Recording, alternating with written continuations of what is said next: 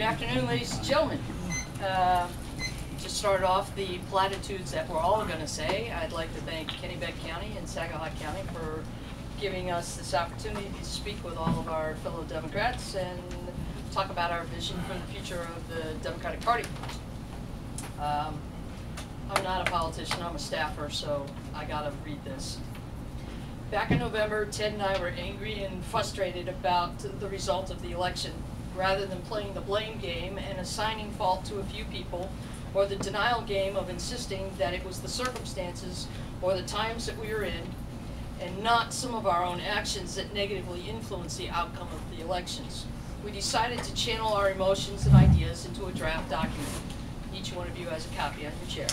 We tried not to shy away from the tough evaluation of what went right, but we did do things right because we did get some candidates elected, and what went wrong and what we can do better, to start the conversation about what we can do next. The party that controls the White House and both houses of Congress in a time of high unemployment and slow economic growth is going to face a tough election.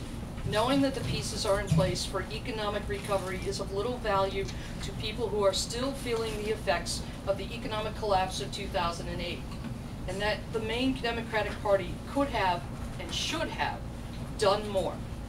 But we have been here before. In 1954, the Democrats of Maine found themselves in the same position we find ourselves in today. They lost elections across the board. They had to beg people to run for offices around the state. Enrollment numbers were dropping and Democrats were being accused of being out of touch with the wishes of voters.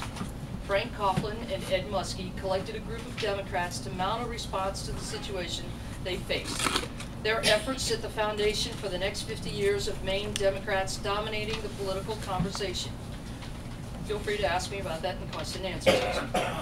I believe they gave us the historical precedent in the blueprints to effectively move the Democratic Party into the second decade of the 21st century.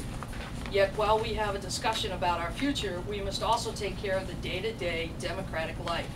We have to keep the lights on in headquarters, we have to find the funding to raise for this year's expenses, next year's coordinated campaign startup funds, assisting county committees with their development, assisting town committees with their growth or their creation, providing candidate training, providing volunteer training, creating IT evaluation and recommendations for the 2012 cycle, delegate selection plans, cities, sites, speakers, lobster bake, keynote speaker, the list goes on and it grows longer every day. We need a chair who knows this and accepts that